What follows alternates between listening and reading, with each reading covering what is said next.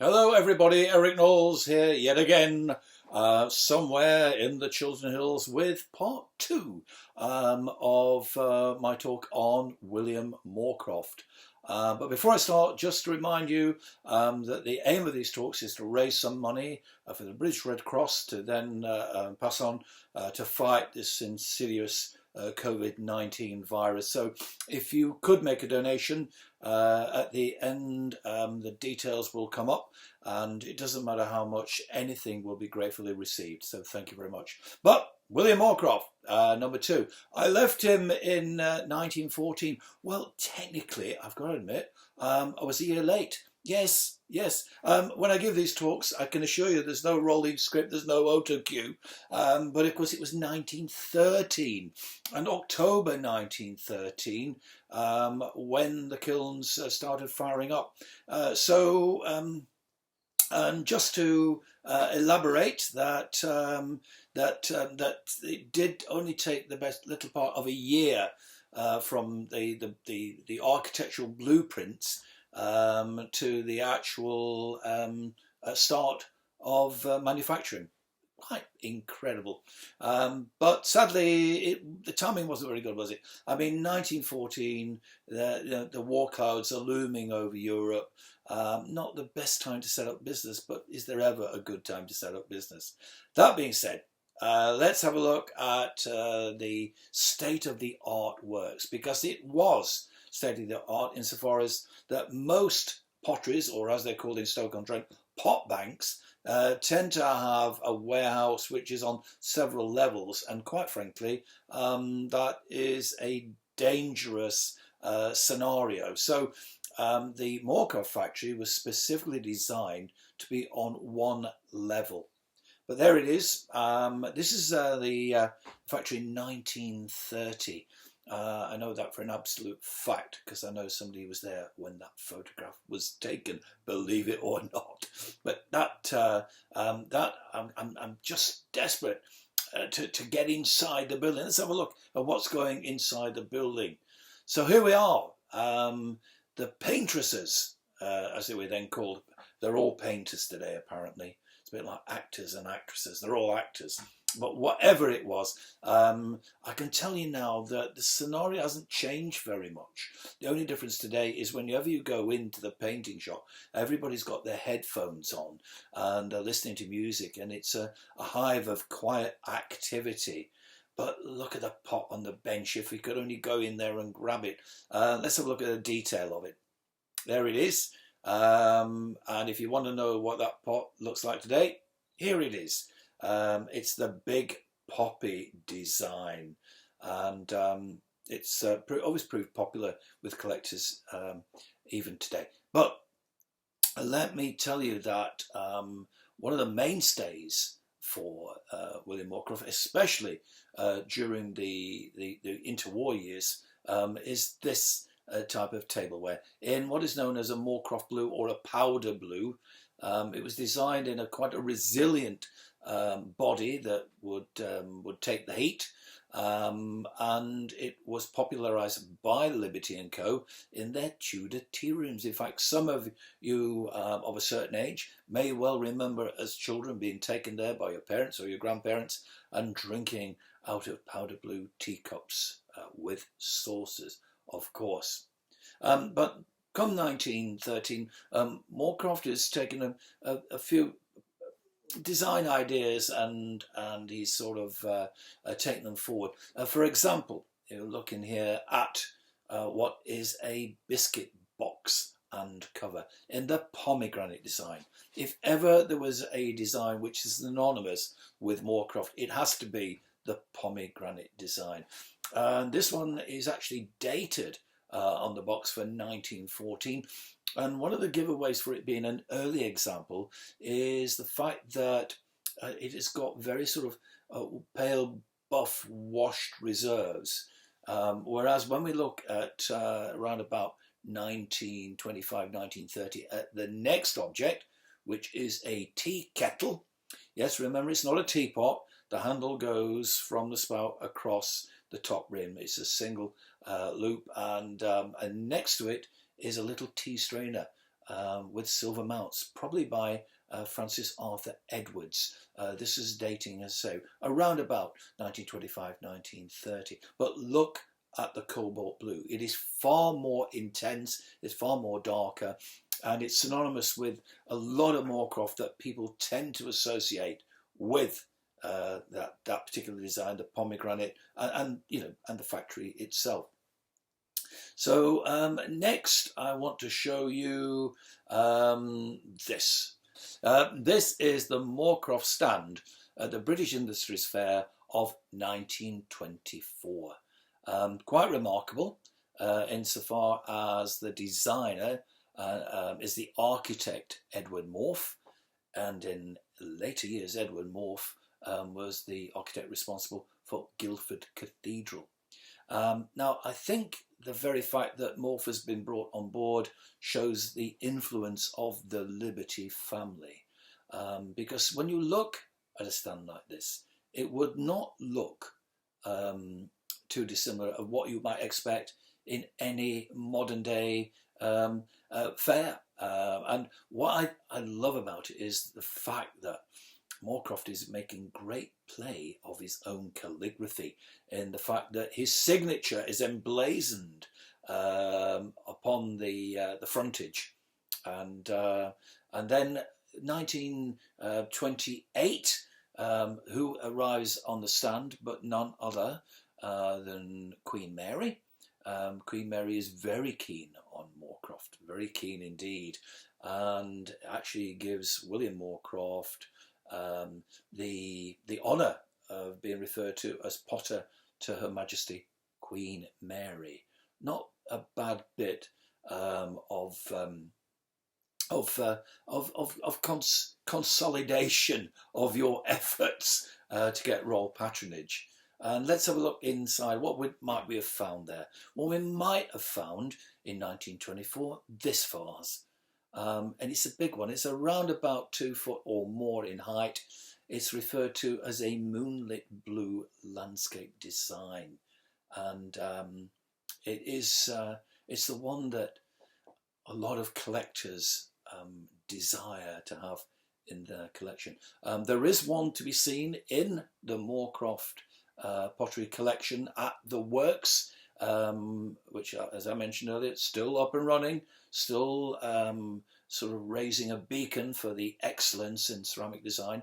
And the great news about the museum is it's free to go in.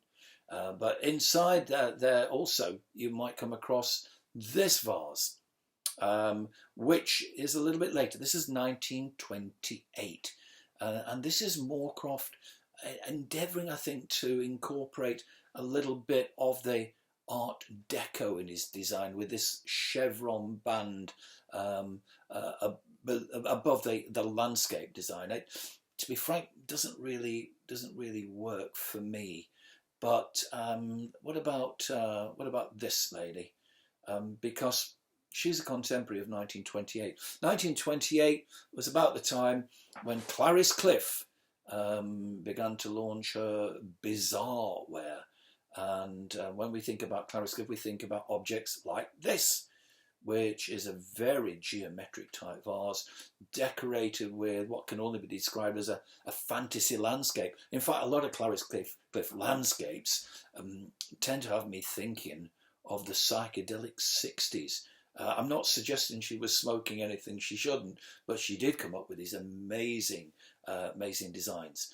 And then I've got to point out that Clarice Cliff was not in any shape or form any great competition to William Moorcroft. In fact, this man was competition. This man is William State Murray.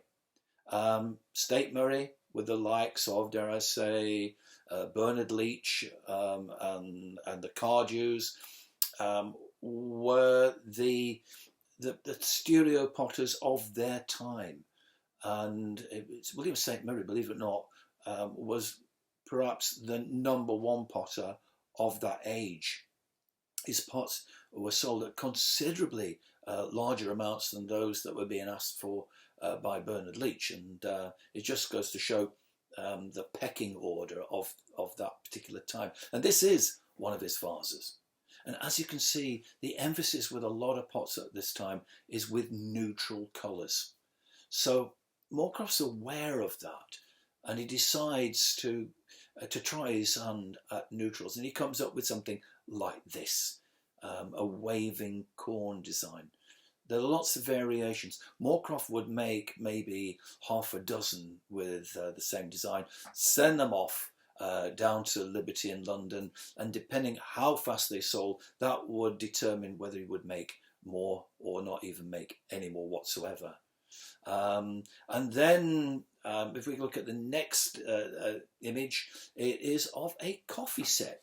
Now this coffee set is round about 1935 or thereabouts, and you can see it's with a toadstool design. There was an earlier design that used toadstools called Claremont. This one, I can tell you, 1937, Nicholas Pevsner, the great writer on architecture and design, was quick to say that Moorcroft's tableware were all deserving of the term modern, and that included, by the way, the powder blue designs from 1913. So it shows how well they stood the test of time. And then in 1947, we see an image here of Queen Mary with Walter Moorcroft. Sadly, in 1945, William Moorcroft passed away, and the reins of the business were handed fairly and squarely to Walter Moorcroft.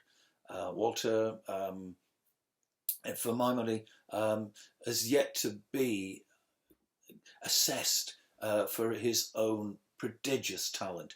I'm slightly biased because Walter Moorcroft was, well, he's my friend. In fact, he used to call me his famous friend, and I'd have to say, and I've said this before, but Walter, you are Walter Moorcroft, you are the icon. So he was I found him a very modest man, and I don't mind telling you, Lizzie's wife used to pour the strongest gin and tonic in Trentham. Okay, but don't tell anybody else, I told you that. But Walter, here he is.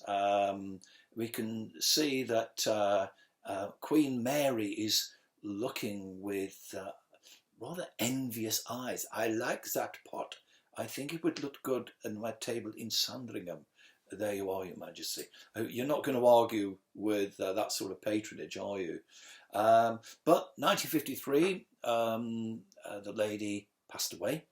And in 1953, the paper labels, which had initially pronounced William Moorcroft, Potter to Her Majesty Queen Mary, then had to be adjusted, and as you see it here, Potters to HM Majesty the late Queen Mary.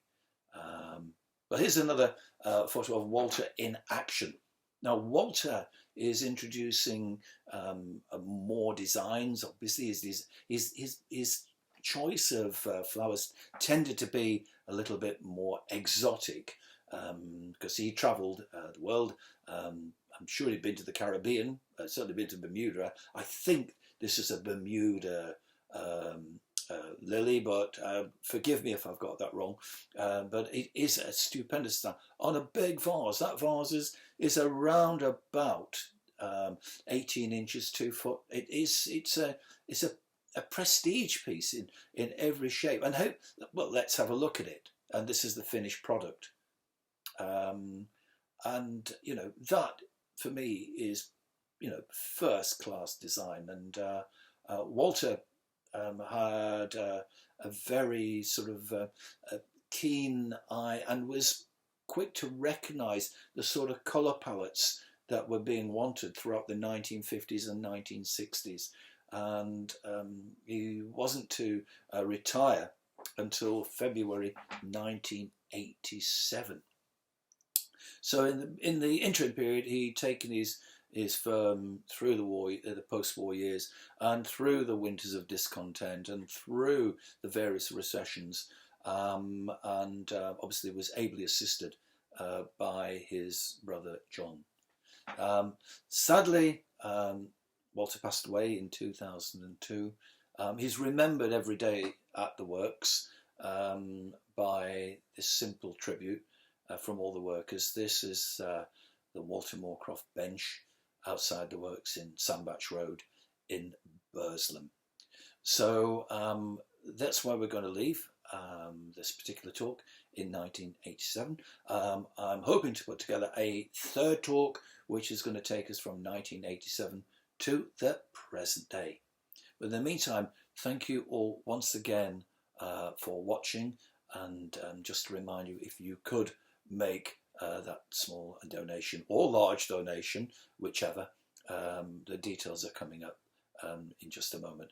But as always, I just want to finish by saying, please stay safe, look after you, and look after yours. And this is Eric Knowles from somewhere in the Chiltern Hills, signing off. See you soon.